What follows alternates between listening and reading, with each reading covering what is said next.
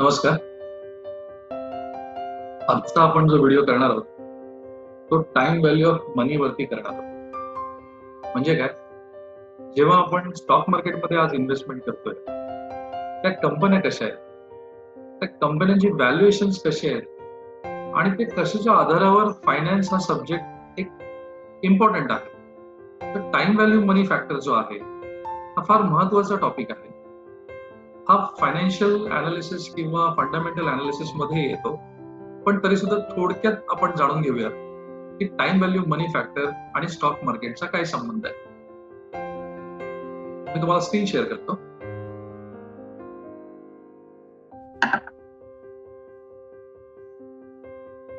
बघा, time value of मनी. पहिला factor काय आहे, what is time value of money, आज आपण बघणार आहोत त्या व्हिडिओमध्ये.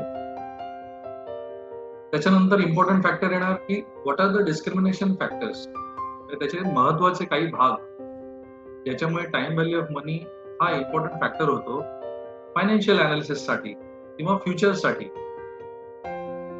त्याच्यानंतर आपण जे बघणार आहोत फॉर्म्युला, कसा एक साधा आपण गणित करू शकतो की बाबा टाइम व्हॅल्यू ऑफ मनी हा फॉर्म्युलाने आपण कसं समजू शकतो. त्याच्यानंतर आपण बघणार आहोत की टाइम व्हॅल्यू ऑफ मनी समजून घेतल्यानंतर अर्ली इन्व्हेस्टमेंट आपण का लवकर सुरुवात करावी, कधी पण इन्व्हेस्टमेंटला का आपण टाइमवर सुरुवात करावी हे जास्ती जाणून घेणं महत्वाचं आहे. काही प्रिन्सिपल्स ऑफ फायनान्स, जे काही रूल्स आहेत, रेग्युलेशन हे जे फॉलो केलेले आहेत इतरांनी, जे सक्सेसफुल लोक आहेत त्यांनी काय प्रिन्सिपल्स फॉलो केले आहेत, आणि हाऊ टू चूज स्टॉक, सर्वात तुमचा आवडता प्रश्न की ह्याच्या आधारे आपण स्टॉक कसा चूज करता येईल. मग नक्की काय काय फॅक्टर आहेत, आणि शेवटी वाय इट इज इम्पॉर्टंट, म्हणजे का आज ही गोष्ट इम्पॉर्टंट आहे आपल्यासाठी की टाइम व्हॅल्यू मनी आपण जाणून घ्यायला पाहिजे, पैशाची किंमत आपण जाणून घ्यायला पाहिजे, आणि त्याच्या इन्व्हेस्टमेंट स्ट्रॅटेजीज काय असल्या पाहिजेत आणि किती वर्षासाठी आपण ही गुंतवणूक करायला पाहिजे. तर चला आपण स्टार्ट करूया time value of money factor. बघा, हे काही फॉर्म्युलेज आहेत टाइम व्हॅल्यू ऑफ मनी फॅक्टरचे. हा व्हिडिओ 15 ते 20 मिनिटाचा असल्यामुळे मी लवकरात लवकर तुम्हाला जेवढ्या सोप्या पद्धतीत शिकवता येईल तेवढं शिकवण्याचा मी प्रयत्न करतो. फ्युचर व्हॅल्यूचा फॉर्म्युला तुमच्या समोर आहे, प्रेझेंट व्हॅल्यूचा पण फॉर्म्युला तुमच्या समोर आहे. हा बेसिक व्हिडिओ तुम्ही परत रिवाइंड करून फॉर्म्युला बघू शकता, पण याचे कंटेंट्स काय काय हे मी तुम्हाला सांगतो.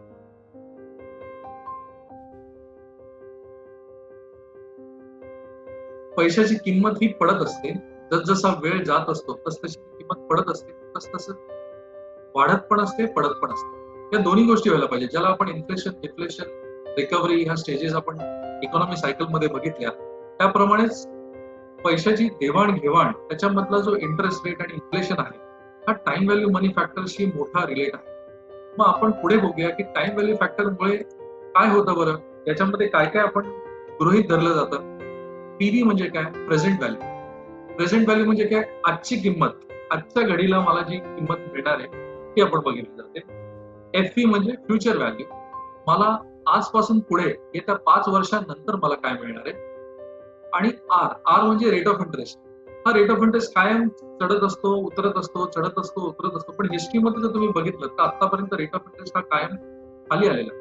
कदाचित हा थोडा परत वाढेल, परत थोडा खाली जाईल. त्यामुळे तुम्ही नंबर ऑफ पिरियडला किती कंपाऊंडिंग करता, किती वर्षासाठी तो पैसा ठेवता, किती वर्षासाठी गुंतवणूक करता, याच्यावर तुमचा फॅक्टर अवलंबून आहे. आणि हे नोटेशन्स टाइम व्हॅल्यू मनीच्या फॉर्म्युलामध्ये सगळेच लोक वापरतात, आणि म्हणून हे तुमच्या माहितीसाठी मी फक्त डिस्प्ले केले. बघा, ह्यात 2 एक्झाम्पल आहेत, पार्ट ए आणि पार्ट बी. पार्ट ए मध्ये काय आहे की मला एका वर्षानंतर मिळणारे 10,000, आणि पार्ट बी मध्ये काय आहे की मी आत्ता मला मिळणारे 10,000. आता मी समजा तुम्हाला विचारलं की तुम्हाला मी आज 1 लाख रुपये देतो, किंवा मी तुम्हाला सांगितलं की मी तुम्हाला उद्या 1 लाख रुपये देतो, तर तुम्ही सर्वात प्रेफरेबल काय करा. तुम्ही म्हणाल जाऊ दे, मला आज 1 लाख मिळतात, उद्याचा काही भरोसा नाही, so I take today. So this is nothing but the present value. तुम्ही प्रेझेंट व्हॅल्यूला एक्सपेक्टेड करता की ठीक आहे, मला आज 1 लाख रुपये पाहिजे. मग ठीक आहे, 1 लाख रुपये जर आज पाहिजे, मग त्याची फ्युचर व्हॅल्यू पण आपल्याला जाणून घेणं गरजेचं आहे ना.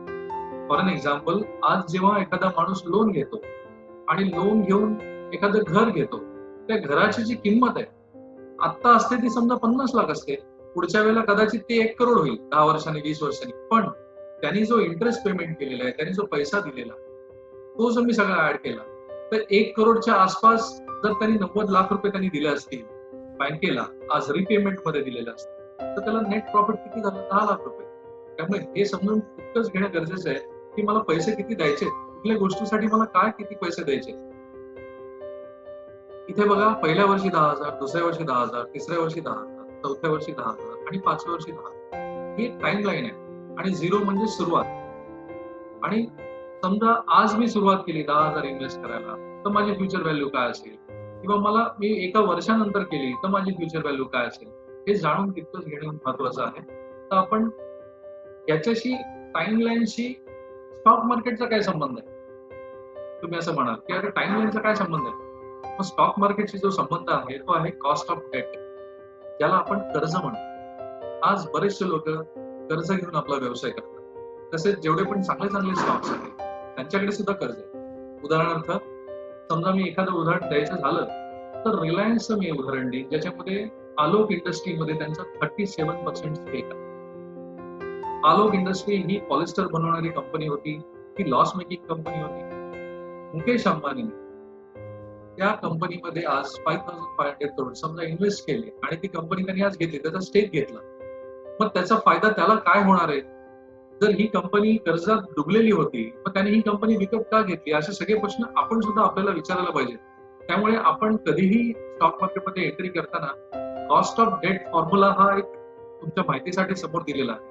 इंटरेस्ट एक्सपेन्स आणि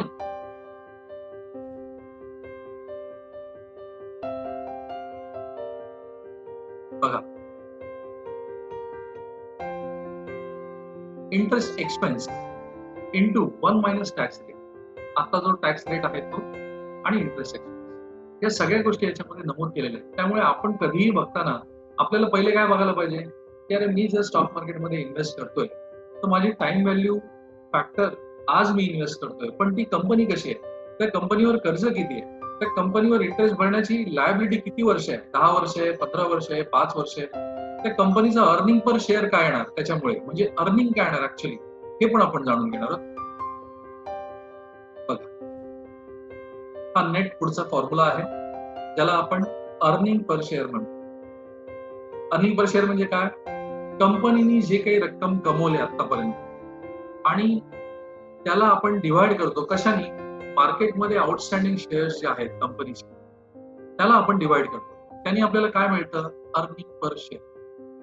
आता earning per share in detail त्याचा क्वार्टर 1 असतो, क्वार्टर 2 असतो, क्वार्टर 3 असतो, क्वार्टर 4 अॅन्युअल पण ईपीएस असतो, डिपेंड्स. त्यामुळे तुम्ही कुठल्या ईपीएस ला बघताय, क्वार्टर 1 ला बघताय, क्वार्टर 2 ला बघताय, क्वार्टर 3 ला बघताय, हे त्याच्यावर अवलंबून आहे. आणि म्हणून तुम्हाला टाइम व्हॅल्यू फॅक्टर माहिती असणं जास्ती गरजेचं आहे.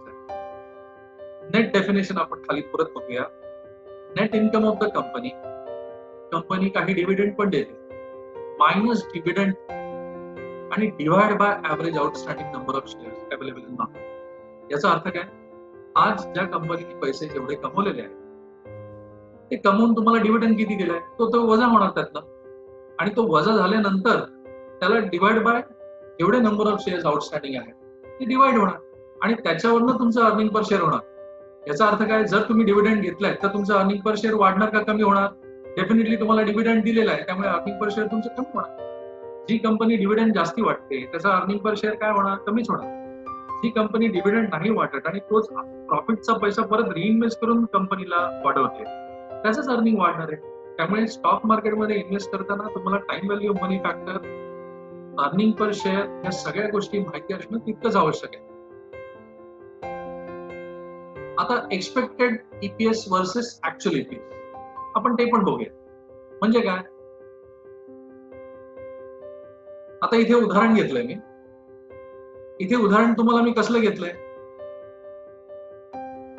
बघा. या अमेझॉन, मायक्रोसॉफ्ट, ऍपल, विजा ह्या सगळ्या कंपनीज मी घेतलेल्या आहेत. या कंपनीमध्ये मी का इन्व्हेस्ट केलेले आहेत आता पैसे? मी इन्व्हेस्ट केलेत का? इंडिव्हिज्युअल ओनर्सनी कोणी कंपनीचा ओनर असेल, कोणी फॉरेनर्स असतील, कोणी मोठे मोठे रिच फंड हाऊसेस असतील, त्या कंपनीने या कंपन्यांमध्ये पैसे इन्व्हेस्ट केलेले आहेत. मग हे जर तुम्हाला फक्त बघायचं असेल तर तुम्हाला पहिले काय करायचंय हे तुम्ही जाणून घ्या.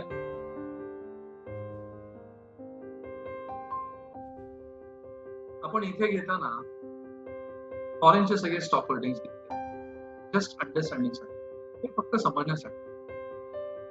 आपण हे सगळे जे डॉट्स दिसत आहेत, डार्क डॉट्स आहेत, ते एक्सपेक्टेड ईपीएस आहेत, आणि जे लाईट डॉट्स आहेत ते एक्सपेक्टेड ईपीएस आहेत, आणि ऍक्च्युअल ईपीएस आहेत ते डार्क मध्ये. याचा अर्थ काय की आपल्याला हे बघायचंय की कंपन्यांचा मी जो ईपीएस एक्सपेक्ट केला होता त्याच्यापेक्षा मला कंपन्यांनी किती रिटर्न दिले. त्याच्यामध्ये अमेझॉननी खूप चांगले रिटर्न दिले, मायक्रोसॉफ्टनी पण बऱ्यापैकी चांगले रिटर्न दिले. ऍपलचे बघा, ऍपलचे एक्सपेक्टेशन Q4 मध्ये 2018 मध्ये जास्ती होते. हा जो ब्ल्यू डॉट आहे लाईट, त्याच्यापेक्षा एक्सपेक्टेड जो ईपीएस आहे तो कमी झाले. त्यामुळे नॅचरली तुमचा Q1 2019 बघा कसा. मग हे सगळं तुम्हाला स्टडी करणं सुद्धा तितकंच गरजेचं आहे, ज्याला आपण अर्निंग पर शेअर म्हणतो.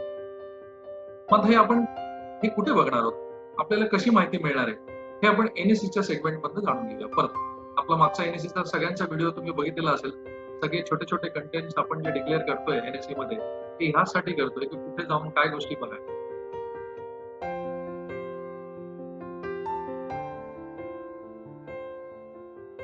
एनएससी वरती जाण्या आपण बेसिक प्रिन्सिपल्स ऑफ फायनान्स पण सांगतो की फायनान्सचे आपले प्रिन्सिपल काय असले पाहिजे. कुठेही मला इन्व्हेस्टमेंट करायची तर मला काय काय गोष्टी बघितल्या पाहिजे, आपण एक एक स्टेप बाय स्टेप बघून घेऊया. त्याचे principle of risk and return म्हणजे तुमच्या बॅलन्स शीटचा अभ्यास पाहिजे, तुमचा टाइम व्हॅल्यू मनीचा अभ्यास पाहिजे, कंपनीची प्रॉफिटेबिलिटी आणि लिक्विडिटी कशी आहे हे पण तुम्हाला बघता आलं पाहिजे, कंपनीचे कॅश फ्लोज कसे आहेत, येणाऱ्या फ्युचरमध्ये कसं त्याचं इनकमिंग आउट गोईंग हे सगळं तुम्हाला बघायला पाहिजे. आणि डायव्हर्सिटी प्रिन्सिपल म्हणजे तुम्ही जेव्हा आपण इन्व्हेस्टमेंट करताय किंवा एखादी कंपनी जेव्हा आज शेअर तुम्ही त्या कंपनीचा विकत घेताय, त्याचं डायव्हर्सिफिकेशन पोर्टफोलिओ कसं आहे. कारण त्याचा जर अति डायव्हर्सिफाईड पोर्टफोलिओ असेल तर त्याचे ऍग्रिगेट रिटर्न्स तुमचे नॅचरली तुम्हाला कमी दिसतील. कारण कुठली तरी कंपनीची सिस्टम पर्सन असेल ती लॉस करत असेल, एखादी कंपनी असेल ती प्रॉफिट करत असेल, आणि समजा त्या सगळ्या कंपनीचे शेअर तुमच्याकडे आज असतील तर नॅचरली तुम्हाला सुद्धा तोच फॉलो पॅटर्न. आणि म्हणून इन्व्हेस्टमेंट डायव्हर्सिफाईड कशी असावी याचा अभ्यास सुद्धा करणं तितकेच गरजेचं आहे. कुठल्या असेट क्लासमध्ये किती % इन्व्हेस्टमेंट झाली पाहिजे, आणि ती हेजिंग म्हणजे रिस्क मॅनेजमेंट कशी असायला पाहिजे, हा last principle of hedging principle आहे. मग हे सगळं आपल्याला जाणून घ्यायचं आहे. आणि म्हणूनच आपण आता पुढे एनएससी मध्ये जेव्हा आपण एनएससी मध्ये जाणार आहोत तेव्हा तुम्ही तुमच्या ह्या टाइम व्हॅल्यूच्या अभ्यासाचा तुम्हाला कसा फायदा होणार आहे तर तुम्ही बघा, इन्व्हेस्टमेंट अनालिसिस तुमचं डिसिजन चांगलं असेल म्हणजे कुठल्या प्रोजेक्ट्समध्ये मला कंपनीचे प्रोजेक्ट चांगले आहेत त्याच्यामध्ये मला पैसे लावायचे, तुम्ही कम्पेअर करू शकता की ही कंपनी चांगली आहे का ती कंपनी चांगली आहे, त्याच्यात लोन जास्त आहे का ह्याच्यात लोन जास्त आहे. या सगळ्या गोष्टी बघणं तितकंच गरजेचं आहे. आणि तुम्ही हे पण विचार करू शकता की जर आज एखाद्या कंपनीने एक्सेस लोन घेतलं असेल किंवा लिव्हरेजिंग ज्याला आपण म्हणतो, हे जर लिव्हरेजिंग जास्ती असेल तर त्याच्या बिझनेस ऍक्टिव्हिटीवरती त्याचा काय फरक पडतो. मग बिझनेस ऍक्टिव्हिटीज काय असू शकतात, ऑपरेशनल असू शकतात, तुमचे मॉर्गेजेस असू शकतात, लीज असू शकतात, सेव्हिंग्स असू शकतात. त्यामुळे ह्या सगळ्याचा इम्पॅक्ट तुमच्या त्या कंपनीवर डेफिनेटली होणार आहे. त्यामुळे तुम्हाला हे लक्षात घ्यायचं की मला कुठलेही डिसिजन घेताना काय बघायचंय. चला तर मग स्क्रीन शेअर करतो तुम्हाला. या एनएससी मध्ये इथे लिस्ट म्हणून ऑप्शन आहे. ही नवीन वेबसाईट आहे, जुनी आपलं पूर्ण झालेलं आहे. नवीन वेबसाईट मध्ये तुम्हाला announcement, board meeting, corporate action, financial result, share holding pattern, हे सगळ्या गोष्टी तुम्हाला ह्या सेक्शन मध्ये बघणार. म्हणजे काय की तुम्हाला जर एखाद्या बोर्ड मीटिंग काय डिस्कशन झालं हे तुम्हाला पाहिजे असेल तर त्याची माहिती तुम्हाला येते. कॉर्पोरेट ऍक्शन म्हणजे समजा डिव्हिडंड दिलाय की नाही कंपनीने किंवा देणार आहे की नाही, हे सगळं तुम्हाला त्या मीटिंग मध्ये कळेल. आणि फायनान्शियल रिझल्ट, आपण फायनान्शियल रिझल्टवर क्लिक करू. फायनान्शियल रिझल्टवर क्लिक केल्यानंतर आपण एखाद्या कंपनीचं उदाहरण घेऊया. Alembic pharmaceuticals limited example. इथे मी क्लिक केलं. इथे अनऑडिटेड कॉन्सोलिडेटेड फर्स्ट क्वार्टरचे रिपोर्ट्स, हे फर्स्ट क्वार्टरचे रिपोर्ट आहे. याच्यामध्ये टाइम दिलेला आहे 1 एप्रिल 2020 ते 31 मार्च 2021. आता हे जे आहे त्याच्यामध्ये सगळे डिटेल त्यांनी छोटे छोटे दिलेले आहेत की रेव्हेन्यू फ्रॉम ऑपरेशन काय आहे, अदर इन्कम काय कंपनीचा, टोटल इन्कम काय, कॉस्ट ऑफ मटेरियल कन्झ्युम काय. तर तुम्ही ही सुद्धा तितकंच बघणं गरजेचं आहे. समजा time value of money factor प्रमाणे आपण कन्सिडर केलं की मटेरियलची कॉस्ट जो वाढणार असेल तो ऑब्व्हियसली त्याचं प्रॉफिट कमी होणार. तर कॉस्ट ऑफ मटेरियल जर वाढलेलं असेल तर त्याचं प्रॉफिटेबिलिटी डेफिनेटली कमी होणार. हे सुद्धा तुम्हाला फॅक्टर लक्षात घेतला पाहिजे. आणि म्हणून खाली तुम्ही जेव्हा जाल तेव्हा इथे एका वाक्यात तुम्हाला सगळं कळेल की बाबा त्याची फेस व्हॅल्यू काय होती, त्याची पेड अप कॅपिटल काय होतं आणि माझं अर्निंग पर शेअर जे मी तुम्हाला मगाशी सांगितलं. तर अर्निंग पर शेअर आहे 15.99. म्हणजे काय, एका शेअर मागे तुम्हाला 15 रुपयाचं प्रॉफिट आहे आता फॉर एक्झाम्पल हा शेअर मला विकत घ्यायचा असेल तर मला विकत घ्यायला मला किती पैसे द्यायला लागतील आपण हे पण बघूया. मग विकत द्यायला किती द्यायला लागतील त्याच्यासाठी आपल्याला काय करायला लागेल, तुम्हाला इंटरनेटला जावं लागेल. इंटरनेटला जेव्हा जाल तेव्हा इथे अलेम्बिक शेअर टाका, एंटर करा, तुम्हाला हा स्क्रीन येईल. या स्क्रीनवर तुम्हाला दिसेल की आज अलेम्बिक फार्मा ही जी कंपनी आहे त्याची शेअर प्राइस आहे 81 रुपये आणि 15 पैसे. आणि ह्याच्या खाली जेव्हा तुम्ही डिटेलमध्ये जाल तेव्हा तुम्हाला इथे पी रेशो दिलेला असेल 6.33. हा अॅन्युअलाइज्ड पी रेशो म्हणजे वार्षिक. आपण जो मगाशी बघितला तो क्वार्टरली होता. आता तुम्ही मला सांगा की क्वार्टरलीचा अर्निंग पर शेअर 15 आहे आणि अॅन्युअलचा माझा अर्निंग पर शेअर 6 आहे. त्याचा अर्थ अर्निंग पर शेअर वाढला चे कारण काय असू शकतात किंवा अर्निंग पर शेअर घसरला याची कारण काय असू शकतात. 2. जर अर्निंग पर शेअर वाढत असेल पॉसिबिलिटी अशी आहे की एखादी कंपनी स्वतःचे शेअर विकत घेत असेल. त्यामुळे होतं काय की जेव्हा एखादी कंपनी स्वतःचे शेअर विकत घेते ते जे घेणारे शेअर्स असतात हे थोडेच असतात. त्यामुळे त्याचं प्रॉफिट डिवाइड बाय न्यू जेवढे शेअर्स त्यांनी घेतलेत ते, त्यामुळे कंपनीचं अर्निंग हे वाढलेलं दाखवलं जातं.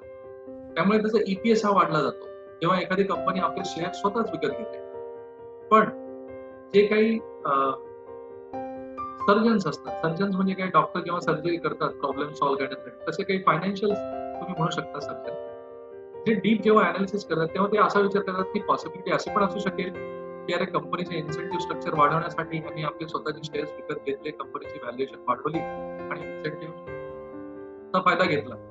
मग अशा कंपन्या काय होतात अशा वेळेला लॉंग टर्म रिटर्न चांगले देतात. टेम्पररी फेज येते पण याचे रिटर्न्स लॉंग टर्म असतात. त्यामुळे हा अभ्यास सुद्धा करणं तितकंच गरजेचं आहे. आणि म्हणून तुम्ही हे ऑनलाईन डिटेल चेक करू शकता. आपण जाण्याआधी 2 गोष्टी परत एकदा बघूया. मी तुम्हाला इथे दाखवलं, NSE ला तुम्ही गेलात, कंपनीचे डिटेल तुम्ही चेक केलेत. कंपनीच्या डिटेल मध्ये तुम्हाला इथे अर्निंग पर शेअर असा दिसला. इथे अर्निंग पर शेअर 15.99. आता हा share relating to first quarter हा कॉन्सॉलिडेटेड आहे. नॉन कॉन्सॉलिडेटेड आणि कॉन्सॉलिडेटेड म्हणजे या कंपनीची कुठे दुसरी पण फर्म असू शकते फॉरेन मध्ये किंवा इंडियामध्ये किंवा एका ठिकाणी नाही 10 ठिकाणी. त्याचा काही कोलेट जो असेल तो एका ठिकाणचा समजा इंडियाचा भाग असेल तर इंडियाचे रिझल्ट इथे असणार. ओव्हरऑल म्हटलं की फायनान्सचे बाहेरच्या देशातले आणि इंडियातले हे दोघांचे कॉन्सॉलिडेटेड रिझल्ट इथे असणार. त्यामुळे एकत्र तुम्ही जर बघितलं तर तुम्हाला जास्त क्लिअर पिक्चर येतं. नॉन कॉन्सॉलिडेटेड बघितलं तर एक ठराविक सेक्टोरियल वाईजच तुम्हाला बघायला मिळतं. म्हणून कॉन्सॉलिडेटेडवर जास्त भर दिला पाहिजे. आणि अशा प्रकारे तुम्ही टाइम व्हॅल्यू ऑफ मनीला सुद्धा इम्पॉर्टन्स द्यायला पाहिजे. तुमची गुंतवणूक सुद्धा तुम्ही तशीच करा. टाइम व्हॅल्यू मनी शिका. आज जर मला पैसे लवकर इन्व्हेस्ट करायला मिळाले तर त्याचा कंपाऊंडिंग इफेक्ट फार लॉंग टर्म असेल आणि माझे पैसे लवकरात लवकर वाढतील आणि ते खूप जास्त स्पीडनी वाढतील जर इंटरेस्टवर इंटरेस्ट मला एक्युमुलेट होत गेला. कंपनीचे अर्निंग्स वाढले आणि डिव्हिडंड्स कमी असतील तर त्या कंपन्यांमध्ये हरकत नाही इन्व्हेस्ट करायला. डिव्हिडंड जिथे जास्त देतात तिथेच इन्व्हेस्ट करायला पाहिजे असं कुठे लिहिलेलं नाहीये. ज्या कंपन्यांची ग्रोथ प्रॉस्पेक्ट चांगले असतील, त्याची बॅलन्स शीट चांगली असतील त्या कंपन्यांमध्ये कृपया तुम्ही इन्व्हेस्ट करा. आणि हा अभ्यास करूनच तुम्ही टाइम व्हॅल्यूवर सुद्धा जास्त. माझा आजचा हा व्हिडिओ मी इथेच थांबवतो. का?